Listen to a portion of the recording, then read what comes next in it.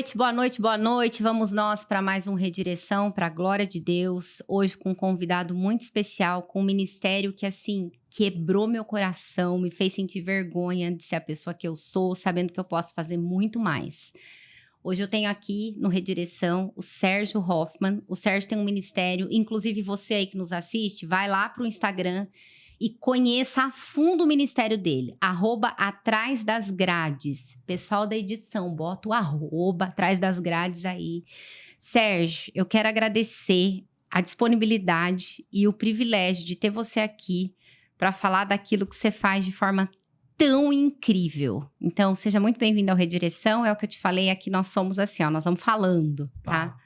Seja muito bem-vindo. Obrigado, eu que agradeço imensamente. Primeiramente, agradecer a Deus por essa oportunidade de Amém. Nós estarmos juntos e falando da palavra, né? Amém. Propagar o Evangelho de Cristo para nós é sempre um prazer e fazemos com excelência, fazemos com amor. Amém. Eu amo fazer essa obra, eu amo me dedicar a esse ministério.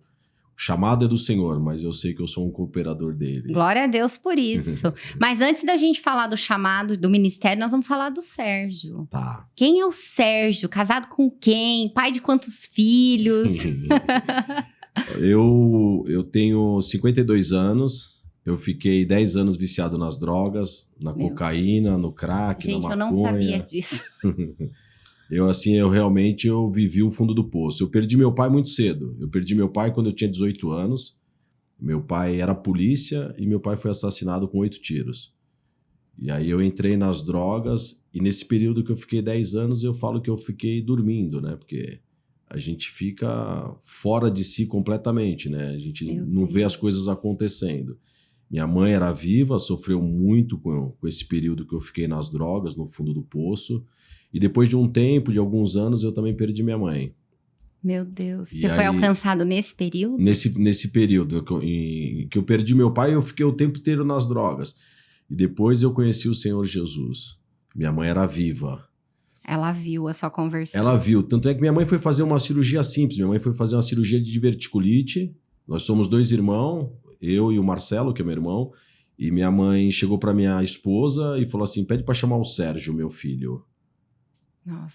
E aí ela pediu para me chamar e ela falou assim, se eu não voltar hoje, eu morro feliz, porque eu vi você sair das drogas e vi você casando. Então, é assim, eu tenho muita gratidão a Deus por ela ter morrido. E ela morreu salva, ela estava na presença de Deus, porque ela viu a minha mudança de vida e ela começou a me seguir para ver aonde eu estava indo. E ela viu que eu estava indo na igreja e ela foi para a igreja junto.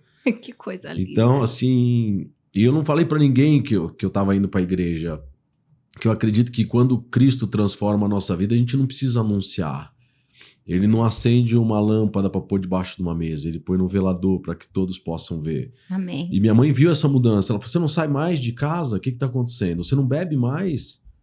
Você não tá usando mais droga? O que aconteceu?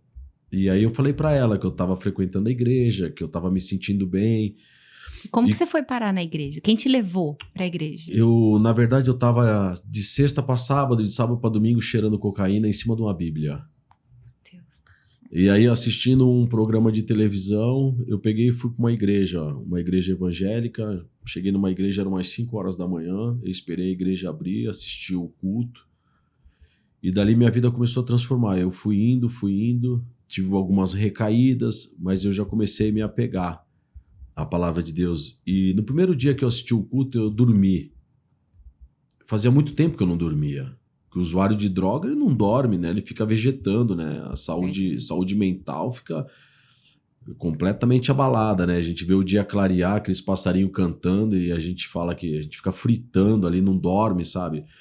E no meu fundo de poço, nos meus últimos 1 ano e meio, eu fui usuário de crack. E aí foi terrível, porque aí eu entrei numa síndrome do pânico. Fiquei com síndrome do pânico, desesperado, só pensava em me matar. E aí eu me apeguei à palavra de Deus e comecei a ler muito a Bíblia.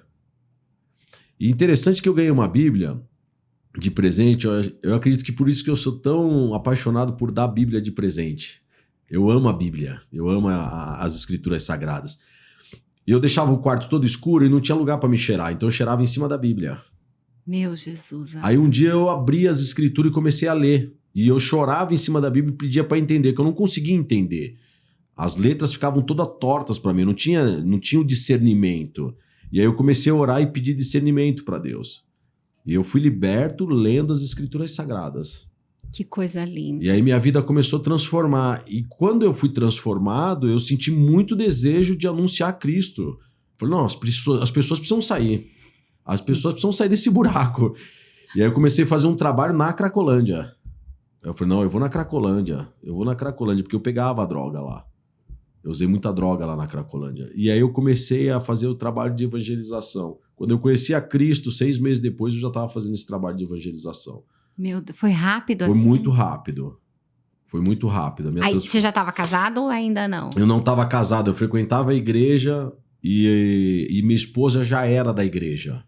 E eu sempre fui muito dedicado com o que eu fazia. Então, por exemplo, quando eu era usuário de droga, eu gostava de cheirar a melhor cocaína. Quando eu ia beber uísque, eu gostava de beber o melhor. Então, quando eu me converti, eu nunca aceitei fazer mal feito para o Senhor Jesus. E é tão interessante isso que você está falando, porque Deus, quando Ele resgata a gente, Ele não muda quem Ele fez em nós, né? Ele usa a nossa natureza, a nossa identidade, o nosso temperamento, personalidade para a obra dele. Isso. Tá, a mesma excelência lá para escolher a cocaína é a isso. excelência que você tem para fazer o teu trabalho hoje. Isso, é aquela intensidade, sabe, de fazer as coisas bem feito. E eu nunca aceitei fazer para o Senhor Jesus mal feito, porque Ele me resgatou. Eu tava maravilhado. Quando eu conheci Ele, eu fiquei maravilhado. Eu falei, nossa, eu tô livre, eu tô dormindo, eu tô vivendo. Eu fiquei tão encantado que eu ficava dentro do quarto, minha mãe abria a porta, eu tava dando risada sozinha. Aí ela falou assim, eu vou comprar cerveja pra você. Ela enchia a geladeira de cerveja. Eu falei, pode jogar tudo fora, meu prazer tá em outra coisa, não quero. Aí ela ia viajar, eu jogava tudo na privada. Eu não conseguia fazer isso antes. Imagina, minha mãe enchia a geladeira, a hora que ela voltava, a geladeira já tava zerada. Bebia tudo. Era 2, 3 dias usando droga, bebendo, sabe? Então eu fiquei tão maravilhado quando eu conheci o Senhor Jesus que eu precisava anunciar Ele. Então, quando eu cheguei na igreja, eu sentava no primeiro banco. O pastor estava pregando a palavra, eu estava comendo a palavra. E aí, um certo dia, eu estava lavando a igreja de sexta-feira. minha sogra é uma bênção, né? Tem gente que fala mal de sogra, a sogra é uma bênção. E minha sogra veio para mim e falou assim, você não tá mais noivo? Aí eu falei assim, não, eu estava noivo de uma moça, mas não deu certo. E aí a gente separou. Ela falou assim, então eu vou te apresentar minha filha. Não acredito que foi assim. É assim. E sogra abençoada. Assim. E aí ela veio e falou assim, só se for agora. Eu falo que a bênção tá do nosso lado, né? Que a gente fica procurando, né? É verdade. As bênçãos virão e te alcançarão, né? Amém, é isso aí. E aí eu já tava há 4 anos na igreja, já tava firme já. E eu não queria me desviar em relação à mulher, em relação à bebida. Eu tava bem firme no meu propósito, do que eu queria. Então eu estava muito cuidadoso com quem eu iria me aproximar. Mas aí o Espírito Santo confirmou no meu coração, você vai casar com ela. Nossa. Então a gente namorou, noivou em 6 meses. Quanto tempo de casado? 20 anos. Meu Deus. Vocês têm filhos? Não, a gente não tem filhos. A gente optou por não ter filhos até porque o trabalho que a gente tem, a quantidade de filhos que a gente tem cuidando aí bastante, fora, né? Muito no trabalho social. Então foi uma opção nossa, em comum acordo, meu e da minha esposa, de a gente não ter filhos. E a gente é muito bem resolvido, um casamento maravilhoso. Eu falo que a minha esposa, ela veio muito mais do que eu esperava. Eu nunca fiz uma oração para Deus exigindo de Deus aquilo para me dar. Uhum. E Deus sempre me deu a mais. Essa conhece, é a medida dele, né? Efésios 3:20. Infinitamente mais do que a gente pode pensar, pedir, imaginar. Porque eu acho assim, que nós devemos orar, nós devemos pedir, pediste e não recebeste porque pediste mal. Nós devemos ser claros no nosso pedido. Mas quanto a isso de casamento, eu estava bem seguro, que eu não queria me perder. Então Deus estava preparando uma pessoa certa para mim. Eu tinha certeza. Quando eu vi ela, eu falei, é ela. E aí Deus confirmou no meu coração. E a família, ao mesmo tempo, fica insegura, né? Meu sogro para mim é um pai, né? Então eu falo que eu me sinto privilegiado de ter um pai, 2 pais e 2 mães numa vida só, né? Nossa. E meu sogro, na época, ele foi conversar até com um pastor da igreja que eu frequentava para saber se eu estava firme mesmo. Que é usuário de droga. A pessoa não tem credibilidade nenhuma, ninguém confia. Ela não vai confiar a filha na mão de uma pessoa que já usou droga. Ele fez certo, até para saber quem era, quem não era. E hoje ele é um paizão para mim. Glória a Deus. Uma pessoa maravilhosa.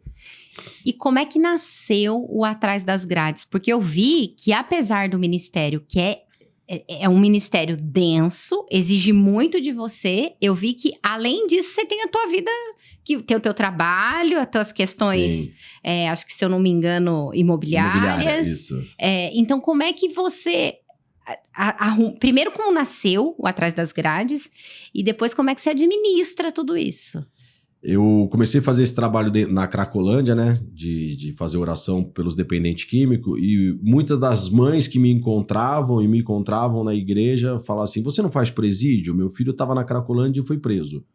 Porque eu falo que a Cracolândia, ela é a penúltima porta, né? Ele passa lá e depois ele vai pro presídio. Então ele tem a oportunidade de ouvir a palavra lá. E vice-versa. Muita gente sai do presídio e volta para a Cracolândia.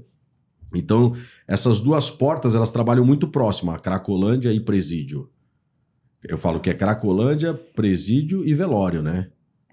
Então, elas trabalham muito próxima, porque é questão de segundo uma vida é ceifada. Então, quando eu encontro alguém, eu sempre já falo da salvação, já falo, porque às vezes é a última vez. Já aconteceu muito comigo. E minha esposa fala: amor, se te chamaram, vai lá.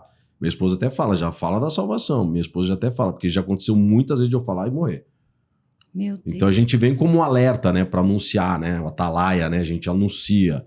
E aí eu vi a necessidade de iniciar o trabalho nos presídios. E aí a gente começou... Aí você não tinha experiência nenhuma com isso nessa época? Não tinha. E aí eu comecei a abrir o trabalho nos presídios, nós começamos aqui no CDP de Pinheiros, começamos a abrir o trabalho e eu vi que era de Deus, porque ali existe o CDP Pinheiros 1, 2, 3 e 4. E na época, o Dr. Guilherme, uma pessoa muito querida, no CDP 2 de Pinheiros, ele reuniu os outros diretores e falou: o Sérgio é uma excelente pessoa, deixa ele fazer nas outras unidades. E aí eu vi que Deus estava aprovando aquele trabalho. Nossa. Que só precisava de uma pessoa aí. E aí a gente foi desenvolvendo esse trabalho e eu fiquei encantado, né? E são 16 anos? São 16 anos que eu faço esse trabalho. Meu Deus do céu. Eu vi muita... Assim... Quando você olha as fotos, enfim, a maneira como você entra, o espaço que você tem. Eu não sei se hoje você faz sozinho, se tem mais gente com você no trabalho. Mas assim, a mim me dá uma sensação de, ele é muito corajoso. Como é que ele vai nesse meio? Porque eu vi que você fica livre ali com eles. Sim. Como é que você conquistou esse espaço? Eu falo que, para muitos que é uma zona desconfortável, para mim é uma zona de conforto. Nossa. E eu sei que isso não é natural meu. Não é porque eu sou o Sérgio. Eu sei que é a graça de Deus que está sobre mim. Ele só falou: ser forte e corajoso e vai. Que eu sou contigo. Então, essa coragem, esse espírito de intrepidez, eu creio muito que quando nós agimos, Deus nos limpa e nos dá mais ainda. Sim. Pra gente entrar em lugares que as pessoas não vão. Por exemplo, tem um lugar que a gente chama de RO. É o castigo. Normalmente as pessoas ficam 40 dias lá dentro. Quando apronta alguma coisa? Nem sei como funciona. É um castigo que tem. Ela aprontou alguma coisa na área da carceragem, então ela é levada para esse RO. Então a gente tem que pedir permissão para orar lá dentro. E normalmente fica 30, 40, 15 pessoas ali enclausuradas. Você não vê nada, é praticamente escuro. Então, Deus nos coloca em alguns lugares, mas a gente sabe que quando Ele nos direciona para algum lugar, é porque tem alguma pessoa ali que Ele quer resgatar. Sim. E sempre me chamou a atenção nesse trabalho, eu gosto muito de ler Paulo. Porque Paulo, quando ele saiu no caminho de Damasco, ele não saiu procurando o Senhor Jesus. Na cabeça dele, no coração dele, ele estava projetado para ir matar as pessoas que serviam o Senhor Jesus e entrar na sinagoga, cortar a cabeça deles. Ele era homicida e estava no coração dele. E quando ele sai para fazer isso, o Senhor Jesus estava procurando Paulo. Paulo não estava procurando Jesus. E a luz veio de encontro e ele fala: Paulo, Paulo, por que me persegues? Então eu sempre falo, a pessoa ela está no crime, ela não está na igreja, ela está no crime, mas isso não impede que o Senhor Jesus procure ela e use alguém para evangelizar ela. Sim. Então nós temos que ter esse discernimento, porque hoje criou-se um hábito de pregar dentro das quatro paredes. É crente pregando para crente. Nossa. É muito isso. Você tá bem se você tá ali batendo cartão na tua igreja, bonitinho, na escola dominical, e a gente tá deixando de olhar, que é o que eu tava te falando nos bastidores, o povo aqui já tá acostumado comigo falando isso, que tem uns crentes que eu oro pro senhor levar, que enche o saco. O meu amor é pelos perdidos, assim, e às vezes a gente não tem... A gente entra dentro dessa zona de conforto das quatro paredes, vive crente pregando pra crente e esquece esse pessoal aí. Eu acho que você já deve ter tido muita experiência ao longo desses 16 anos de conversão. Sim. Eu falo que tem muito crente morrendo de barriga d'água dentro da igreja, né? Vou pra lá, nossa, o culto foi maravilhoso, o culto foi maravilhoso. Aí vai pra casa, almoça, deita no sofá e fica lá com a barriga d'água lá, cheio de conhecimento, lendo a Bíblia. Nossa, o culto foi lindo, olha, foi uma benção, foi uma benção. Só que tem um vizinho sofrendo, né, querendo ouvir a palavra. Você não precisa ir na favela, você não precisa ir no presídio. Ele nos orientou, né? Estive preso e foste me visitar, estive enfermo e foste me ver. Estive nu e me deste de vestir, estive com fome e me deste de comer. O que eu sempre falo, se você não quer ir no presídio, você não pode ir no hospital. Se você não pode ir no hospital, você não pode ir no asilo. Se você não pode ir no asilo, você não pode levar um prato de comida na rua para alguém que está parado na rua. Você não pode dar uma peça de roupa para alguém que está nu na rua. E quando eu digo uma peça de roupa, não é para você dar o pior, não. Dá o seu melhor. Dá aquela roupa que você usaria. É isso aí. Porque as pessoas têm mania de doar aquilo que ela vai descartar. A pessoa já está descartada. Verdade. A pessoa já está sofrendo. Então, dê o seu melhor para as pessoas. Dê o melhor tênis, dê a melhor roupa. Porque Deus sempre deu o melhor para nós. Se nós temos alguma coisa hoje, foi porque Ele nos deu. E nós temos que aprender que a bênção de Deus sobre a nossa vida, ela não vem para nós comprar carro, comprar casa. A bênção de Deus vem sobre nós para nós abençoarmos as pessoas. Amém. A Bíblia diz que quem acolhe o necessitado empresta a Deus. E Ele o retribuirá. Então, nós estamos querendo só engordar. Nós estamos indo para a igreja para engordar. Engorda de domingo, engorda de quarta. Aí vamos para o restaurante. Aí vamos para lá. Eu cheguei aqui na porta, sabe o que me chamou a atenção? Tem um mendigo dormindo aqui na porta. Eu vi. E Deus falou para mim, a hora que você sair, você fala com ele. Eu vi a hora que eu entrei. Eu falei, pode deixar que a hora que eu sair eu vou orar nele. Porque Deus coloca essas pessoas pra gente falar do amor dele. A gente não vê vigília. Hoje vai ter uma vigília, vem todas as viúvas. A Bíblia diz que a religião que agrada a Deus, o que é? Socorrer as viúvas, socorrer os órfãos. A gente não vê vigília. Hoje vai ter uma vigília só pra viúva.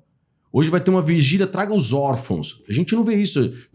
Hoje vai vir o cantor tal. Hoje é a banda tal. Verdade. Agora Natal vai vir, fulano de tal vai vir lá da banda tal. Vai ter o Réveillon no lugar tal. E peraí, os mendigos, os necessitados, e os aflitos, e aqueles que perderam, e as viúvas que acabaram de perder. Eu fui fazer uma entrega de panetone a semana passada, veio uma senhorinha andando na rua, fragilizada, com o netinho segurando ela. Eu falei, peraí, segura um pouco a doação de panetone. Eu falei, vovó, deixa eu te dar um abraço. Quantos anos a senhora tem? 92 anos, Sérgio, vim buscar meu panetone para tomar café. A viúva veio sozinha, aquilo me renovou meu coração. Foi 92 anos. Ela falou, Sérgio, nessa rua aqui passava um barco aqui era um lago. Pô, me renovou abraçar aquela senhora. Eu falei, eu queria fazer só uma oração pela senhora. Que benção. Então, quer dizer, naquela rua ali existem pessoas órfãs. Existem viúvas ali. O que nós temos feito com a palavra de Deus que chega para nós? Eu tenho visto que tem muita gente dentro da igreja egoísta. Muita gente se mantendo dentro da igreja egoísta. Ontem eu fui entrar num presídio, a hora que eu entrei, eu estava passando na máquina de raio-x, o carcereiro falou assim, ele tem uma liberdade comigo, ele falou assim, Sérgio, posso te fazer uma pergunta? Só tô nós dois aqui, você não leva mal? Eu falei assim, não. O que te motiva vir num presídio e levar a palavra para essas pessoas? A pergunta do carcereiro seria a minha, tá? Agora. Aí eu falei assim, meu amigo, gratidão a Deus pela minha vida. Vou te contar minha história. E o carcereiro chorou.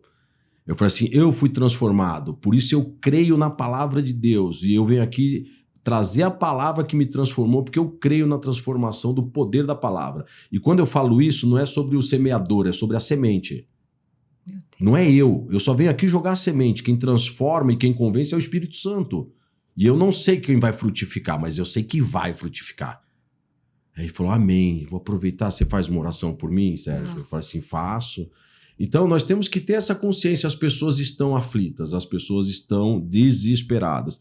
E o sistema carcerário no Brasil, hoje, é uma superpopulação que estão enjaulando as pessoas lá e não se preocupam com ressocialização. Meu Deus. Nós somos hoje a terceira maior população do mundo. atualizado agora, deve ter mais ou menos 880 mil presos no Brasil. Só em muito, São Paulo são 183 unidades prisionais. Só em São Paulo, só no estado de São Paulo. Gente. Então é assim, o trabalho que a gente faz é de formiguinha. Ontem eu entrei num pavilhão com 280 presos. Ficou mais 3 pavilhões vazios, sem ninguém levar a palavra. Aonde estão essas pessoas que Deus encorajou? Aonde estão essas pessoas que Deus deu o dom para elas? Se você não vai no presídio, você não pode ir na porta evangelizar o familiar. Porque ali fora estão as mães. Lá na porta estão as esposas dos presos que estão lá. Lógico, nem todo mundo tem a coragem, tem esse chamado para entrar dentro do presídio, mas você pode visitar o familiar de quem está preso. Claro. Você pode visitar a mãe. Então, assim, eu espero que essa mensagem, que esse podcast nosso, desperte as pessoas que estão na igreja. Eu espero também. As pessoas que foram iluminadas, as pessoas que foram tocadas. Pode ser o meu último dia hoje. Pode ser o seu último dia. Então eu sempre saio de casa e falo assim, a única coisa que eu tenho medo, você fala assim, Sérgio, você tem medo de entrar no presídio? Eu falo, eu não tenho, porque se eu morrer, eu morro salvo. Eu só tenho medo de um dia me encontrar com o Senhor Jesus e ele falar para mim, o que você fez com os talentos que eu te dei? Esse é o medo que eu tenho, de não fazer aquilo que ele me pediu. Então por isso que todo dia eu olho, que seja feita a tua vontade, Pai, e não a minha. Eu sei que deve ter muitas histórias, mas tem alguma que te marcou e que você traz assim, que você fala, não, essa daqui... Porque você vai escrever um livro um dia, né? O livro dele vai chamar Atrás das Grades. Isso. Viu, Ezion? Isso. Então a nossa editora aqui já pode conversar com o Sérgio. Isso, eu só preciso de ajuda. Só. Aqui a gente tem tudo. É isso mesmo. Eu já passei por algumas situações assim difíceis, né? Que eu falo que Deus me prova, né? E, se eu não me engano, acho que foi em 2009, no CDP de Pinheiros. Foi o início de uma rebelião e eu estava levando a palavra lá dentro, aí começou uma gritaria no início de rebelião e eles começam a quebrar tudo e virar tudo, né? Eu falo que é a hora que a alma sai do espírito, corpo, né? Sai do corpo, né? A alma vai e volta, né? E aí eles começaram a gritar, libera o pastor, que era para mim sair da ala de cima e descer, que o culto era no pátio embaixo, né? E aí eu tava fazendo um culto em cima. Aí falou assim, libera o pastor, manda o pastor descer. Na minha cabeça tava que eles iam pegar o pastor como refém, né? E aí quando eu cheguei lá, eu conversei com a liderança da cadeia. Toda cadeia tem uma liderança, tem alguém que tem uma voz na linha de frente. Essa liderança, você tá falando dos presos? Dos presos, é. Tá. Toda cadeia ela tem uma liderança, ela tem um responsável para manter a ordem. Tá. Eu sempre falo que aonde o governo é ausente, a facção toma conta. Nossa. E a facção ela vem para organizar o sistema carcerário. Infelizmente, essa é a realidade do que se vive no sistema prisional hoje. Tá. É ela que organiza. Então, sempre tem uma voz ali dentro para que haja comunicação e que haja uma disciplina lá dentro. Então, eu desci para conversar com a liderança e, num diálogo, nós achamos melhor dialogar, conversar com o diretor da unidade, acalmar a situação, porque eles estavam exigindo, na época, a transferência de alguns presos, porque a cadeia estava superlotada. E graças a Deus teve o início de rebelião, eles me liberaram, eu saí, teve um início de um motim, mas não teve nenhuma vida perdida, foi tudo controlado, os presos foram transferidos e graças a Deus, Deus colocou a mão. E você fez a mediação nesse caso? A gente fez a mediação nesse caso. Meu Deus do céu. E teve um outro caso também que me chamou muita atenção, um preso com HIV. Tinha um preso com HIV, eu lembro até hoje. Era um rapaz bem escuro de cor e quando eu entrei na quadra, os presos falaram assim, ô Sérgio, ora por aquele preso lá que ele tá nas últimas. Ele tá para morrer, deve estar com uns 35, 38 quilos. Meu Deus. E aí eu lembro que eu pedi pros presos sair, eu levantei ele com as duas mãos assim, fiz uma oração, orei sobre ele. Na época eu tava com azeite, a gente ungiu ele com óleo, a gente fez como manda a Bíblia, né? Ungiu os enfermos e orar, e fizemos a oração. Que a gente sabe que é o Espírito Santo quem cura, né? Deus quem cura, né? Passou, eu fui embora. Eu não vi mais aquele preso. E aí, quando eu cheguei lá, ele falou assim, ele foi transferido, Sérgio. Ele foi transferido, ele não tá mais aqui, ele foi transferido. Na outra semana ele foi transferido. E aí, depois de uns 8 meses, eu entrei numa outra cadeia e ele tava jogando bola. Aí ele veio me abraçar. Ô, Sérgio, lembra de mim? Eu falei, não lembro. Ele tava gordo, forte. Você orou por mim, eu tava com HIV, eu fui curado. Falei, agradece a Deus e serve a Ele. Que a glória é pra Ele. Meu Deus. Então tem algumas coisas assim que acontecem que chamam muito a nossa atenção, né? E que você entende por que você tá ali, né? Chamado, né? Teve um dia que foi interessante, eu tava em casa, quando chove tem alguns presídios que nós não podemos entrar. E eu acordo super cedo. Eu acordo 5h30 da manhã e já começa o meu Deus dia. Do céu. E Deus falou pra mim, tava chovendo. Eu abri a varanda, eu vi que tava chovendo e eu fiquei ansioso. Falei, poxa, hoje eu não vou conseguir, tá chovendo. E não parava a chuva, não parava. Aí Deus falou, se troca e vai. Aí eu falei, mas tá chovendo. Ele falou, se troca e vai. E aí eu fui pra porta do presídio, cheguei na porta do presídio e eu não entendi nada, porque ainda tava chovendo. E aí o diretor da unidade falou, aproveita e vai no RO, no castigo, que lá não pega chuva. Aí eu falei assim, tá bom. E nessa ala do castigo de lá, é uma unidade que tem alguns homossexual. É travesti. Lá tem uma ala que é de travesti mesmo. Eu entrei para fazer uma oração e o guarda falou assim, esse rapaz já tá uns 2 dias sem dormir, agredindo todo mundo, completamente violento. E aí eu peguei, fiz uma oração com eles, chamei eles, fiz uma oração e fui embora. Ficou tudo em paz, fui embora. E aí passou uma semana, eu voltei na outra semana, que era de segunda-feira. Ele tava na quadra lá em cima. Eu tava embaixo na quadra e ele tava na parte de cima. Ele falou assim, ô Sergião, tudo bem? Eu falei assim, vem cá. Aí eu chamei ele. Aí ele falou assim, aquele dia que você entrou lá no castigo, que você orou, o outro preso tava com a escova de dente no meu pescoço, no fundo da cela, pra me matar. Meu Deus. Eles pegam a escova de dente, faz um tipo de uma faca e... Ele falou assim, ele tava atrás de mim com a escova de dente pra me matar. E quando você orou, caiu a escova. Glória a Deus. E aí eu entendi porque eu tinha ido lá aquele dia, sabe? Então eu vejo quando nós nos colocamos à disposição de Deus, Deus usa. Você sabe que tem muita igreja que ela tem o hábito da evangelização, ela fala assim, Jesus mandou ir de 2 em 2. Não vai sozinho, não vai sozinho. A pessoa não quer ir, ela quer te parar. Tem muito isso dentro das igrejas. Porque o Deus te encorajou, Deus te deu um espírito de ousadia. Quando ele te der alguma coisa para você fazer, vai que no meio do caminho ele coloca alguém com o mesmo propósito. Ele sempre falou isso pra mim. Quando eu te mandar, você vai, que no meio do caminho eu coloco alguém com o mesmo propósito. E eu sempre fui. Eu sempre fui fazer o que Deus mandou eu fazer.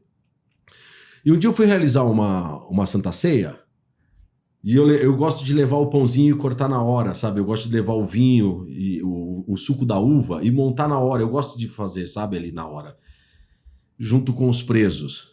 E aí eu preparei a bandejinha, fechei os olhos e falei, vamos orar. E aí eu tô segurando as 2 bandejas, assim, ó, com os olhos fechados e os presos com os olhos fechados. E daqui a pouco começou a orar um rapaz do meu lado, mas ele tava fora. Os presos estavam presos e só eu solto. Eles estavam atrás da grade. E começou a orar um rapaz do lado esquerdo. Eu falei assim, como é que esse preso saiu, né? Eu não abri os olhos, eu vi alguém orando aqui do meu lado. Tem alguém aqui do meu lado. Né? E ele tava orando em japonês. Não era orando em línguas, ele tava orando em japonês. Aí eu falei assim, amém, amém. Aí ele pegou, colocou a bandeja e falou assim, deixa que eu seguro pra você, Sérgio. Eu fui obreiro 8 anos no Japão. Quando você passou, eu tava lá na guarita. Ele fica com o fuzil lá na guarita. Ele falou assim, eu tava lá na guarita. E aí chegou meu horário de rendição e Deus falou pra mim assim, ajuda ele. Então, nós não devemos nos preocupar como que vai acontecer, nós devemos ir. E o Espírito Santo vai usar alguém sempre para nos ajudar, sempre para nos abençoar. E a gente nunca vai estar sozinho, né? Porque ele disse, né? Eis que estarei convosco todos os dias da sua vida até a consumação do século. Então nós nunca estamos sozinhos. Nós sempre temos o Espírito Santo nos dando força, nos capacitando. Ele está sempre junto conosco. Então eu aprendi isso. A gente vê a passagem de Filipe. Eu acredito que alguém queria falar com o eunuco. Alguém precisava evangelizar o eunuco. E ele estava com as escrituras na mão. Aí eu fico perguntando assim, será que não passou ninguém perto do eunuco? Passou. A Bíblia não diz, mas eu acredito que passou alguém ali. Aí o Espírito Santo fala com Filipe, né? Falou assim, vai lá. E quando Filipe interpreta as escrituras para ele, ele fica tão maravilhado que ele vê as águas. O que te impede de me batizar? Nossa. Ele tava mais aceso do que o próprio Filipe na hora que ele viu. A hora que ele entendeu as escrituras que Filipe esclareceu para ele, que deu o entendimento, ele falou, que isso, eu tô encantado. Eu acredito que ele deve ter falado, eu tô encantado com as escrituras. O que me impede de batizar? Depois ele já sai para evangelizar. E hoje o Espírito Santo procura essas pessoas que vão até os presos, que vão até o enfermo, que vão até o rico que tem posse, que está lendo a Bíblia dentro da mansão, dentro da cobertura, e que não tem entendimento das escrituras sagradas. Ele está precisando que alguém sente com ele e fale assim, deixa eu te explicar o que é isso aqui, ó. Ele falou, o quê? E essa pessoa vai ser tocada, ela vai virar um evangelista também. Por isso que a gente tem que ir. Por isso que a gente tem que ir. Ivan, coloca as fotos pra gente do trabalho do Sérgio. Pra Se estiver gente. falando demais, você me brega. Não. Ai, nem. Olha isso, gente. Para você chegar nesse estágio aqui, você acompanhou a pessoa, você... Aqui, aproveitar e agradecer que o diretor dessa unidade aqui é um diretor super bacana que apoia o trabalho no presídio. A gente vem fazendo alguns cultos semanais e aí alguns presos se apresentam que quer largar o crime. Olha essa foto, gente. Essa aqui foi doação da Sociedade Bíblica do Brasil, que está nos apoiando nesse trabalho maravilhoso. Ah, o pastor Vinícius deve...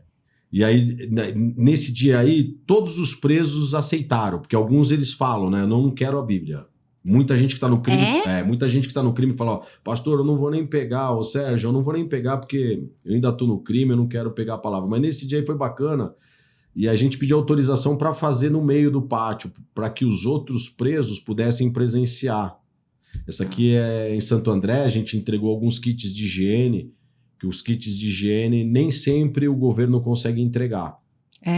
Então fica meio carente. Então nossa ONG faz esse trabalho também de entregar. Meu Deus. São pessoas que se entregaram, aí são pessoas que realmente eram do crime e decidiram se entregar ao Senhor Jesus. Aí é um trabalho que a gente fez de curso profissionalismo. E como é que a ONG se mantém, Sérgio? Na verdade, a gente vive de doações, mas é assim, é um trabalho que é muito perseguido, é um trabalho que é muito criticado e é um trabalho que poucos apoiam. Poucos apoiam. Infelizmente, essa é real. Até algumas igrejas também não apoiam. Apoiam de palavra, né? Mas de apoiar mesmo. De apoiar mesmo. Mas, assim, uma coisa que eu nunca me preocupei foi isso, de ajuda financeira. Porque, assim, quando Deus me chamou, ele falou, eu te capacito. Então, assim, pode criticar, pode falar o que for, Deus sempre vai suprir, vai vir de algum lugar. A história da Sociedade Bíblica é bem interessante, porque eu juntava dinheiro e comprava Bíblia na Sociedade Bíblica. Eu sempre comprei Bíblia na Sociedade Bíblica. E um dia eu tô lá, a moça veio e falou assim, você conhece já a parceria que a gente tem com o presídio? Aí eu falei assim, não conheço. Falei assim, eu vou te apresentar a Elaine. Aí me apresentou a Elaine da Sociedade Bíblica e depois eu conheci o pastor Vinícius. E aí quando eles viram a foto, vocês não têm Bíblia? Eu falei assim, não, a gente junta um pouco de dinheiro e compra as Bíblias. A gente sempre comprou aqui. Falou, nós vamos apoiar esse trabalho maravilhoso. Que coisa mais linda. E eles apoiaram esse trabalho que... Eu fico muito triste se você perguntar para mim assim, ô Sérgio, você quer dinheiro? Eu falei assim, eu quero dinheiro para ajudar o trabalho, mas se você quiser me dar a Bíblia, pode me dar a Bíblia. Porque eu fico triste quando a pessoa me pede a Bíblia e eu não tenho a Bíblia. Porque o cara tá preso ali. Uhum. Ele tá pedindo a Bíblia. A Bíblia é maravilhosa, é o livro mais vendido no mundo. Isso não muda, né? Não muda. A Bíblia ela é viva e eficaz. A Bíblia tá ali, eu vou embora, a Bíblia tá falando. É verdade. Nós tivemos agora um caso de uma carta. Eu vou trazer a carta depois, se você quiser postar, você posta. Uma carta que eu mandei pro Presídio Federal, falando para ele vós sois luz do mundo e sal da terra. O preso recebe a carta, ele fala assim, Sérgio, aquela palavra que você falou para mim, ser sal aqui dentro e dar sabor na vida dos outros presos, naquele dia eu estava decidido a sair da facção. Nossa. 18 anos no crime. E ele mandou a carta que aquele dia ele entregou o papel, né? Que tem que fazer uma carta dizendo que saiu. E ele entregou a carta. Porque a palavra de Deus, quando a gente menciona a palavra, ela fala por si. A gente não precisa estar lá. A gente vê as cartas de Paulo, até hoje fala. E como fala, né? Como fala? Que luz é aquela que ele encontrou no caminho de Damasco, que até hoje se propaga. Então nós precisamos ter o entendimento que a Bíblia, em lugares que a gente não entra, se a gente deixar ela, Deus vai falar. Com certeza. Então algo que sempre me entristeceu é eu não ter a Bíblia para dar para essas pessoas que precisam. E hoje você tem. E hoje eu tenho. Então, como Deus levantou a Sociedade Bíblica do Brasil, ela vai levantar outros patrocinadores. Teve um rapaz também que entrou no meu Instagram e falou, Sérgio, eu fiquei preso, eu sou aqui da Baixada Santista, eu fiquei 1 ano preso, eu sou empresário e eu conheci o Senhor Jesus dentro da cadeia. Eu quero ajudar o seu projeto.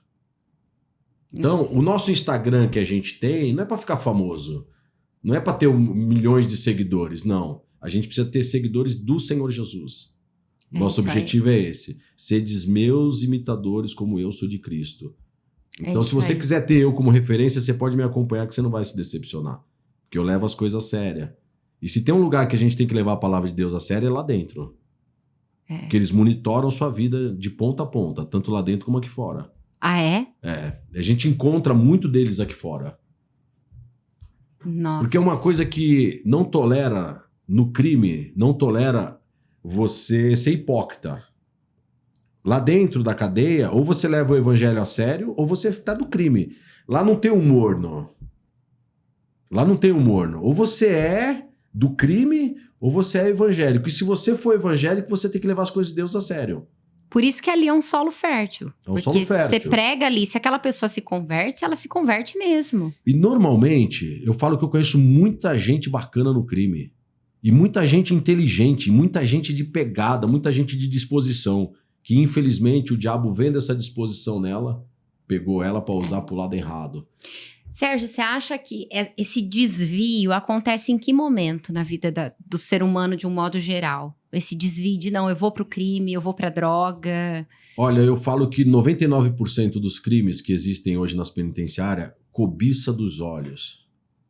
A ganância por enriquecer, a ganância para ter aquilo que não pode no momento que não tem condições. Então, 99% quis enriquecer com aquilo que é dos outros. Ladrão de banco, ladrão de joalheria, ladrão de moto importada, ladrão de carro importado, ladrão de casas de luxo. A palavra de Deus diz que a cobiça, ela entra no coração e depois o final dela é a morte, que é o pecado, né? Então tudo começa na cobiça. Entra no coração e depois a pessoa vai lá e realiza isso. E o resultado é a morte. A morte espiritual e até a morte física. Então, eu converso muito com eles. Como é que você começou? Alguns já vêm seguindo a família. Uhum. E alguns começaram e se iludiram com o dinheiro, achando que não tinha condições de trabalhar e estudar para ter alguma coisa. Sim. E aí foi para aquele caminho que aparentemente eles dizem que é fácil, mas não é. A vida do crime não é fácil. O diabo ilude as pessoas já achando que é uma vida fácil, mas é uma pessoa que não dorme, é uma pessoa que é perseguida, é uma pessoa que é humilhada. As pessoas estão jogadas dentro da cadeia, que é zero de ressocialização. Então, o diabo planta. Eu falo que antes de eles roubarem alguém, o diabo roubou a alma deles. Meu Deus. O primeiro ladrão foi o diabo. Ele veio, roubou sua alma e depois ele entrou com a cobiça no seu coração e fez você desejar isso.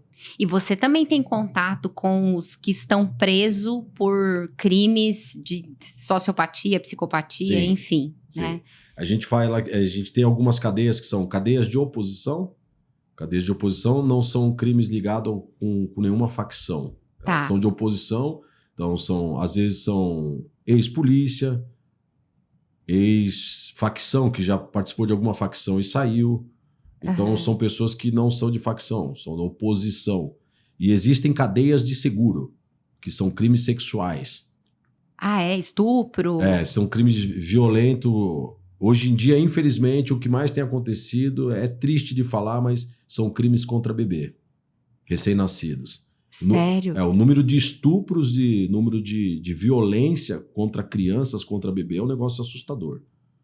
É um absurdo. E de violência doméstica contra a mulher. Para você ter uma ideia, alguns anos atrás existia apenas algumas celas, que eram chamadas de celas de seguro, onde esse preso era isolado para não morrer. Tá. Porque há muito tempo atrás, quando ele era inserido numa carceragem normal, ele era morto. Tá? E isso aí acabou organizando de uma tal forma que eles separam esses crimes violentos. Então existia uma cela, aí depois com o tempo existiu um presídio. Para você ter uma ideia da dimensão, se eu não me engano, hoje existem 6 presídios para crime sexual. Nossa, tudo isso. É um negócio assim assustador. Eu queria até aproveitar e deixar um alerta em todas as comunidades, em todos os lugares que eu vou, para você que tem filha mulher. Não poste foto da sua filha de biquíni sozinha na internet. Gente, vocês estão entendendo isso? É muito sério. Hoje em dia a gente vê criança de 5, 6, 7 anos usando cropped. E tá errado, isso aí não é legalismo, nós não estamos sendo religioso aqui, a gente tá falando de cuidado, de proteção, então acho muito interessante você trazer esse assunto, Sérgio. E esse assunto que eu trago para você é o assunto que eu falo dentro das favelas. É o assunto que eu falo com lideranças da favela. É o assunto que eu falo com lideranças dentro do presídio. Falei, você tem filho? Vem aqui na frente. Todo término de reunião eu falo primeiro do casamento deles e falo dos filhos. Não deixa sua filha postar foto com short curto, com short marcando o corpo, com parte de cima. Criança pequena, só com a parte de baixo e com a parte de cima sem nada. Ah, mas ela é pequenininha. Não poste. Porque hoje, com essa inteligência artificial, eles mudam o rosto da criança e a gente já viu as barbaridades que acontecem. Eu tô falando isso de pessoas que eu atendo. Sim. Não é que eu vi no jornal. Toda semana eu sento com esse tipo de crime. Toda semana eu atendo pessoas que falam, se eu sair, eu vou fazer de novo. Eu tenho uma fraqueza. Eu não sou normal. Então essas pessoas, nós levamos o evangelho para ela para que elas sejam transformadas. Porque se a lei soltar, ele vai praticar de novo. E como que nós podemos evitar? Controlando os filhos. Esposas. Esses dias eu conversei com um amigo meu, eu falei assim, não posta foto da sua esposa desse jeito, não leva mal. Ele é incrédulo, eu falei assim, não posta foto da sua esposa sozinha de biquíni. Você não precisa expor o corpo da sua esposa. Eu falei, desculpa eu estar entrando na sua vida particular, é porque eu vivo nesse meio e eu sei o que pode fazer com essa imagem. Então eu preciso alertar as pessoas. Porque não adianta a gente falar assim, mas se fizer com a minha filha eu mato ele, mas aí já é tarde, já aconteceu. Já fez, e aí? Então a gente vê que as crianças, por exemplo, eu estava fazendo a entrega de panetone e eu vi uma criança que deveria ter uns 12 anos. E depois que a gente fez a entrega, eu pedi para o rapaz que estava próximo, eu falei, fica aqui do meu lado e chama a mãe dela e ela. Eu falei assim, não deixa sua filha andar do jeito que ela está andando. Não deixa. É perigoso andar desse jeito. Então, nós temos que vigiar um pouco. E eu percebo que as mães e os pais estão muito voltados para a internet. Às vezes está ali no celular e a filha está lá embaixo no prédio, mas não sabe com quem que ela está. Ou às vezes ela vai para uma festinha, mas não vê como ela está saindo. Porque a gente está perdendo um pouco esse valor de família, de cuidar, de zelar pelas pessoas. E todas as pessoas que eu vou e falo, pessoas que estão dentro da cadeia. Que às vezes ele tá preso ali não por esse tipo de crime, mas a filhinha dele que tá lá na favela fala, vou chamar minha esposa, Sérgio. Nossa. Você abriu meus olhos. Eu falei assim, por que acontece? A tua filhinha tá lá e a tua esposa tá lá. O diabo vai usar alguém para mexer com a tua filha, para você sair, matar o cara e você voltar pra cadeia. Exato. Então a gente vê que é um... E é engraçado que eu falo que eu trabalho com saúde mental, né? E uma dos transtornos de personalidade que eu mais gosto de trabalhar é o narcisista. Porque ele é previsível. Você sabe o que ele vai fazer. Você sabe, não é igual o transtorno de personalidade borderline, né? Desregulação emocional, pode se matar. O narcisista, ele tem um perfil de funcionar. Isso. O diabo é assim. Ele é previsível. Não tem nada de novo que ele vai fazer que a gente não saiba. Sim. Então, o que você está dizendo aqui, que eu sempre brinco, o óbvio precisa ser dito. Porque, às vezes, até dentro da igreja, a gente não valoriza isso. A gente expõe os nossos filhos à ruína. A gente teve recentemente a conferência Mães da Aliança e eu ouvi uma frase que me marcou muito. A internet, por exemplo, é um ambiente extremamente perigoso para os nossos filhos e a gente deixa... Né? Você dá um celular, você dá um tablet, ali tem o pedófilo, ali tem o estuprador. E você vai vendo, tá totalmente interligado. O cara que você atende lá na cadeia, que é o cara que estuprou, que foi pedófilo. E o negócio tá tão interligado, mas não é novo. Não é novo. O diabo não tem criatividade. Ele vai usar sempre... Criatividade tem o Senhor. Sim. Ele faz de um jeito que a gente não imagina, mas o diabo não. Então isso que você tá falando, Sérgio, é muito importante. É muito importante. Vai levar o seu filho no médico para ser atendido? Entra junto na sala de atendimento. Exatamente. Nós temos uma unidade prisional aqui com 880 presos de crime de sexo. Existem 6 médicos presos.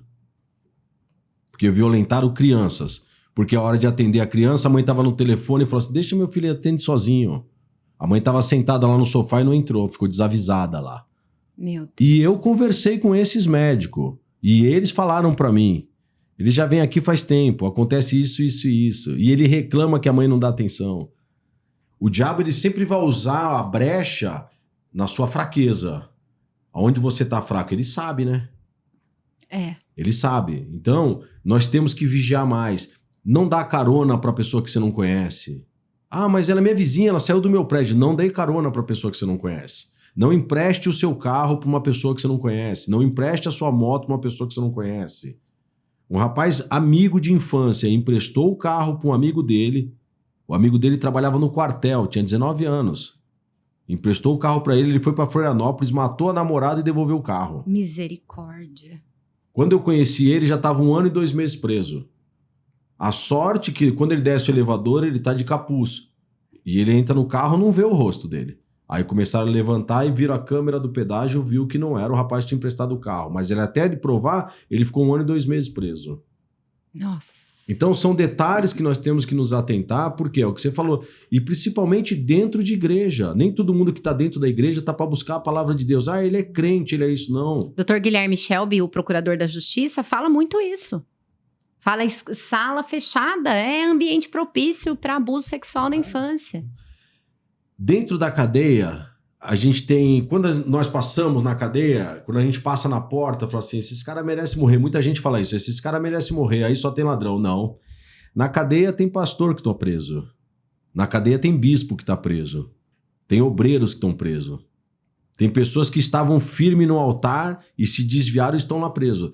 Existem pessoas que conhecem o evangelho e estão lá presos. E ai daquele que ouve a gente falar sobre isso e diz, mas comigo isso não vai acontecer. Então, Vigia. vigia, para não cair, né? Exato. Porque tem bastante gente. Tem bastante gente que conhece a palavra e que está lá presa. Meu Então, Deus. é assim, nós temos que orar e vigiar a nossa vida. Então, eu falo que o maior abençoado quando eu vou na cadeia não é ele, sou eu. Porque toda vez que eu entrevisto eles, eu conheço mais o meu inimigo que eu tô lutando. Então, nós temos que guardar a nossa vida. Eu tava subindo um dia dentro de uma galeria do presídio e o rapaz manifestou. Eu tava subindo a escada e ele manifestou. E os presos começaram a segurar ele e ele gritava, eu ia te derrubar, eu ia te derrubar. Um demônio manifestado. A hora que eu subi a escada da galeria, ele manifestado gritando, eu ia te derrubar.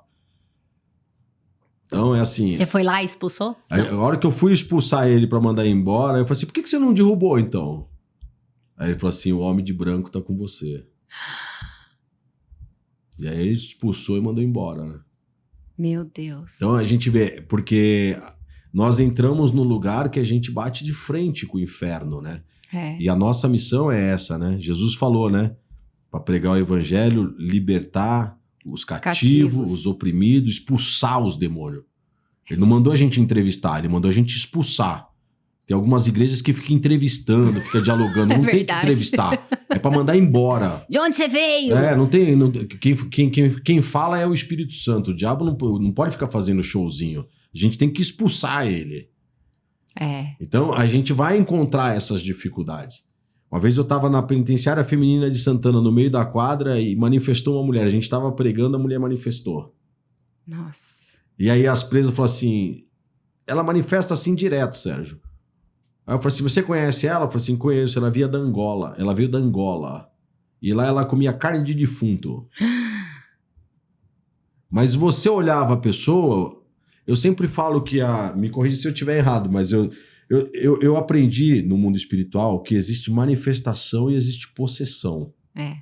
Porque tem pessoas que você vê que é uma possessão demoníaca, uma mulher baixa, com as veias tudo saltada, com os olhos tudo arregalados. A possessão, ela é constante, né? Ela é a pessoa. Ela tá sempre daquele jeito. E com uma força assim descomunal. E a gente expulsou, falei pra ela ir embora, ela falou assim, não vou não, aqui é meu território, é você que vai. E ela ficou resistindo para ir embora. Então nós vamos ter esses desafios, né? Nós vamos ter... A nossa fé vai ser provada. Aí eu falei, pode ficar tranquilo que ela vai embora, porque não é no meu nome, é no nome do Senhor Jesus, que te venceu no Calvário. Ela embora. Foi embora. Então, nós temos que ter essa ciência que existe muitas pessoas. Eu falo que existe mais pessoas presas no sistema carcerário, presas espiritualmente, do que pelo próprio crime que cometeu. Você sabe que tem uma senhorinha que eu acompanho ela e ela fala isso de hospital psiquiátrico. Ela fala assim, você entra dentro daqueles hospitais, os mais fuleira, não é essas clínicas de rico não, tá? Tô falando de hospital psiquiátrico público mesmo. Ela fala assim, metade do que tem ali é demônio. Não é nem a doença, é demônio. É falta de missionário que vai lá, bota a mão na cabeça e expulsa em nome de Jesus e faz o trabalho de evangelização. Porque não adianta ir lá, pregar o evangelho, expulsa e não volta mais. Isso. Não é? A palavra é clara. Então Justamente. você precisa de um acompanhamento. Essa pessoa precisa de um acompanhamento. Precisa para acompanhar ela e ver o que tá dentro dela. Exato. Por exemplo, tinha um rapaz que eu fazia um culto no manicômio judiciário e toda vez que eu fazia o culto ele manifestava. Eu falando e ele manifestava. A gente pregava a palavra e ele manifestava. Aí quando acabou o culto, Deus falou pra mim assim, conversa com ele. Aí eu falei assim, ô Ricardo, deixa eu falar um negócio pra você. Você tem algo dentro do seu coração? Alguém te ofendeu? Alguém te fez alguma coisa? Você tem uma mágoa dentro de você? Ele falou, tenho. Nossa. Fala pra mim, você vai se libertar. Não adianta eu ficar orando, mandar o demônio embora se você tá dentro do seu coração. A Bíblia diz que nós precisamos nascer de novo. E ele é o único que faz essa cirurgia sem nos abrir. Ele troca o nosso coração. Pastor Hernandes fala que mágoa é um veneno que eu tomo querendo que o outro morra, né? Não é isso? E aí ele falou pra mim, meu pai violentava eu desde pequeno. Nossa, gente do céu. Ai, e aí eu conversei com ele. Eu falei assim, vamos orar junto. E aí ele tirou aquilo do coração. Tem jeito, né? E nunca mais ele manifestou.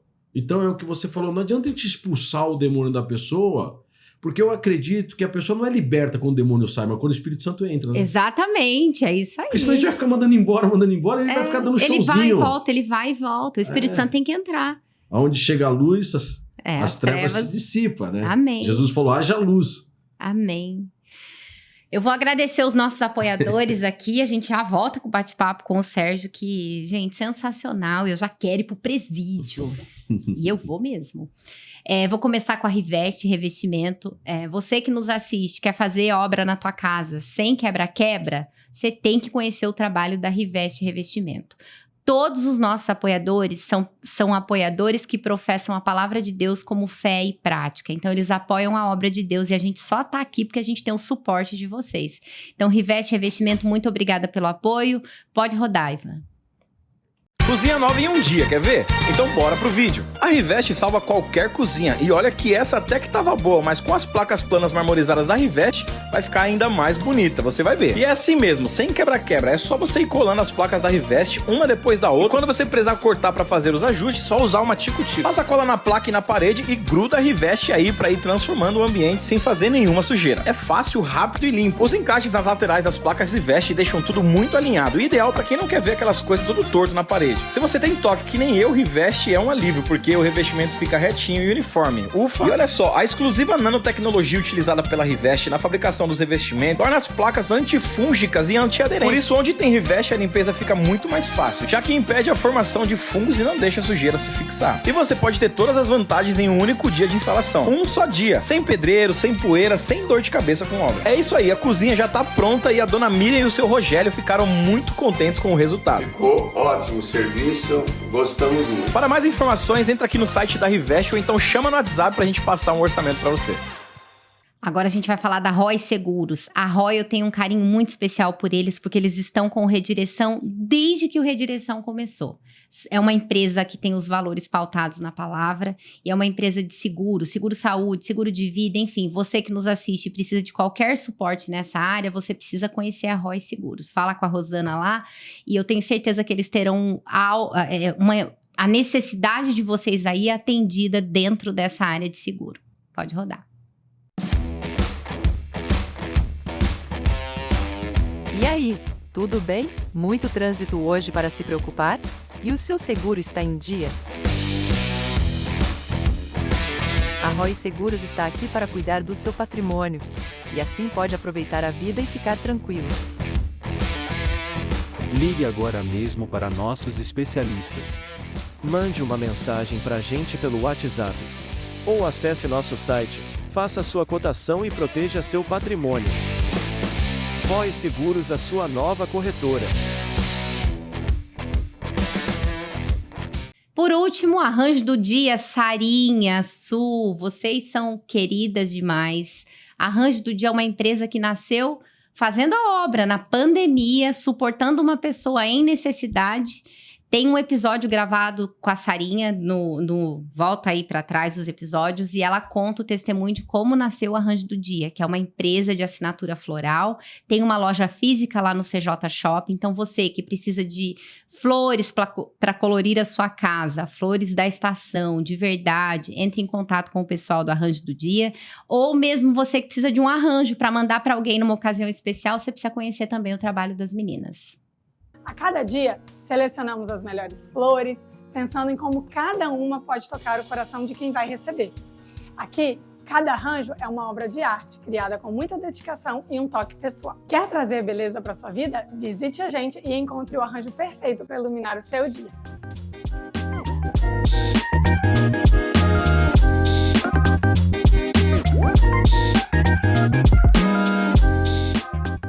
Ficamos por aqui dos nossos apoiadores, temos mais, mas o papo aqui tá tão bom como a gente tem pouco tempo, então vou voltar para cá.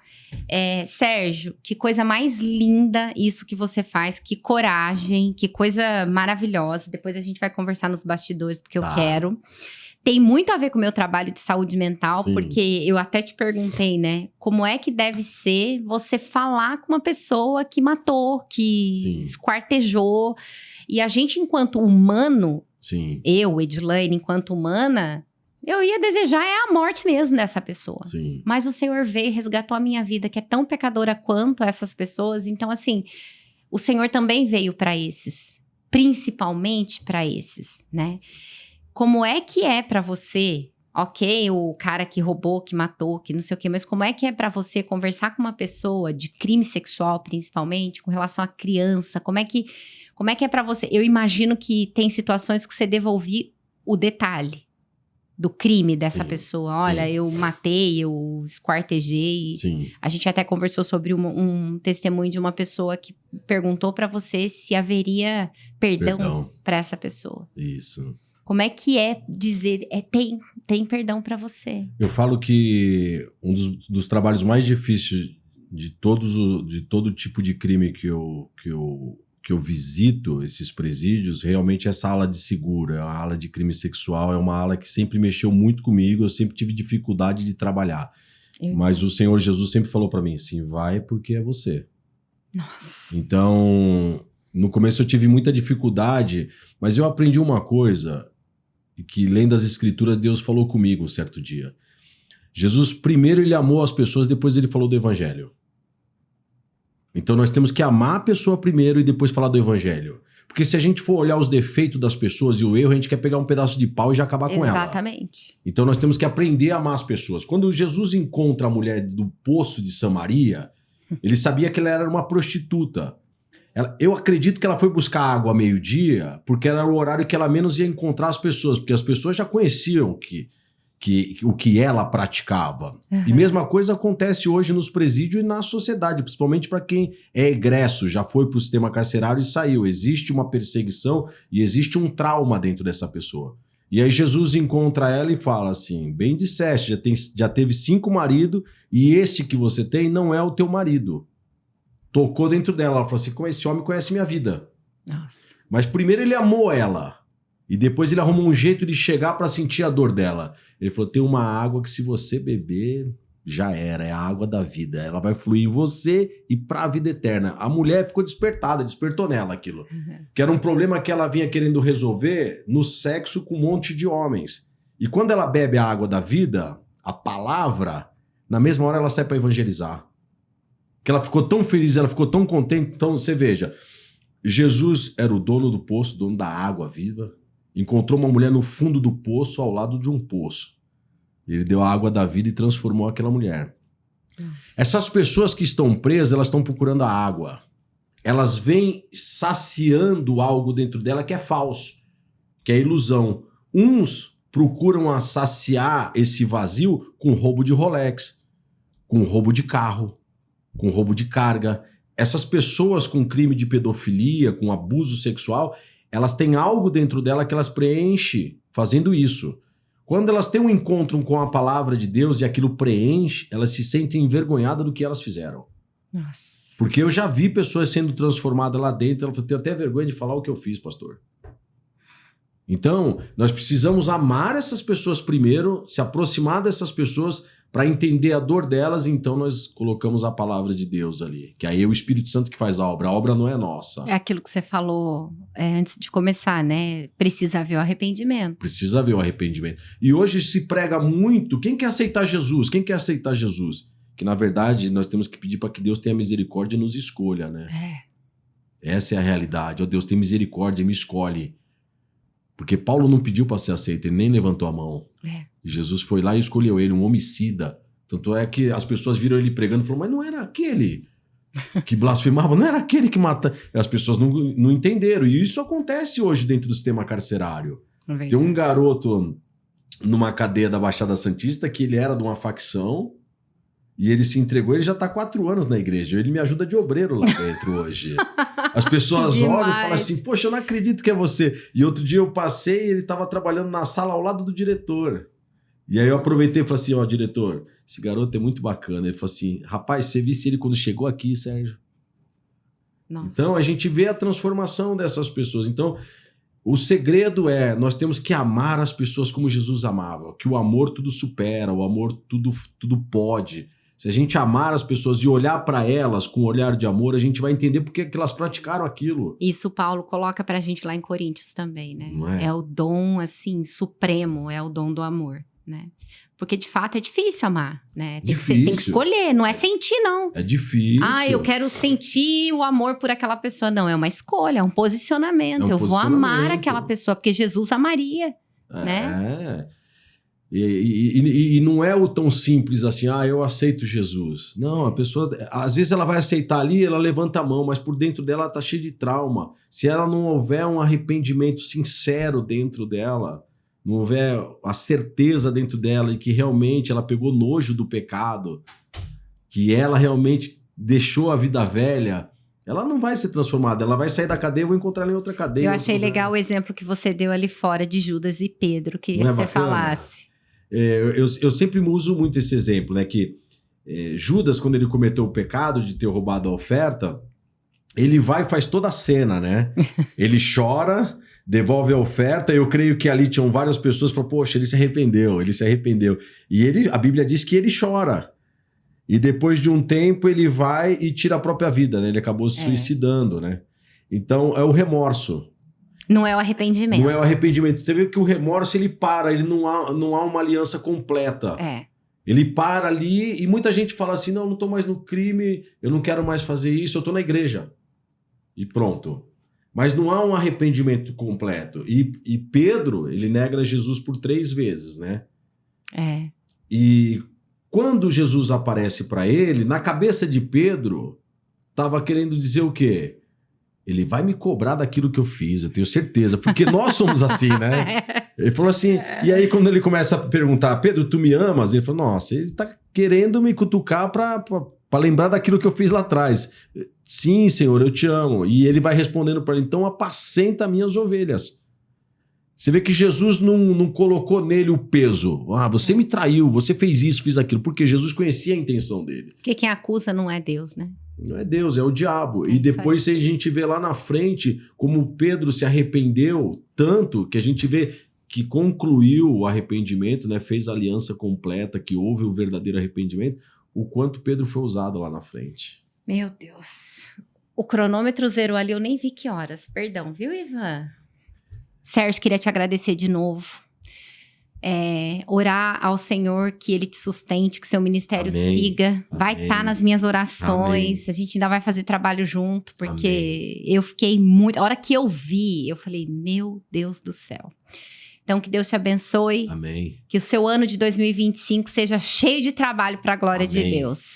Deus abençoe sua família também. Viu? Aproveito e fica um convite para você, para a gente conhecer o Hospital de Custódia, o Hospital Psiquiátrico de Franco da Rocha. Para ontem. A gente vai combinar. Vai conhecer lá, que tem uma ala masculina e uma ala feminina. Dá para você sentar, atender as pessoas. Nossa. E eu creio que vai ser de extrema valia a sua palavra. Amém. Lá. Irei, com certeza. Amém. Você que nos assiste, ficamos por aqui. Até o próximo Redireção. Se Deus quiser, envia esse episódio para todo mundo, porque se você é crente de verdade, eu sei que nós somos salvos pela graça, mas se você de fato é alcançado pela graça e não serve fica um ponto de interrogação aí com relação à sua salvação. A gente precisa servir, a gente precisa fazer aquilo que o Senhor quer que a gente faça. Eu aprendi outro dia com o Pedro do Borel. Às vezes Jesus vai transitar em lugares através de nós, da nossa vida. Até o próximo. Tchau, tchau.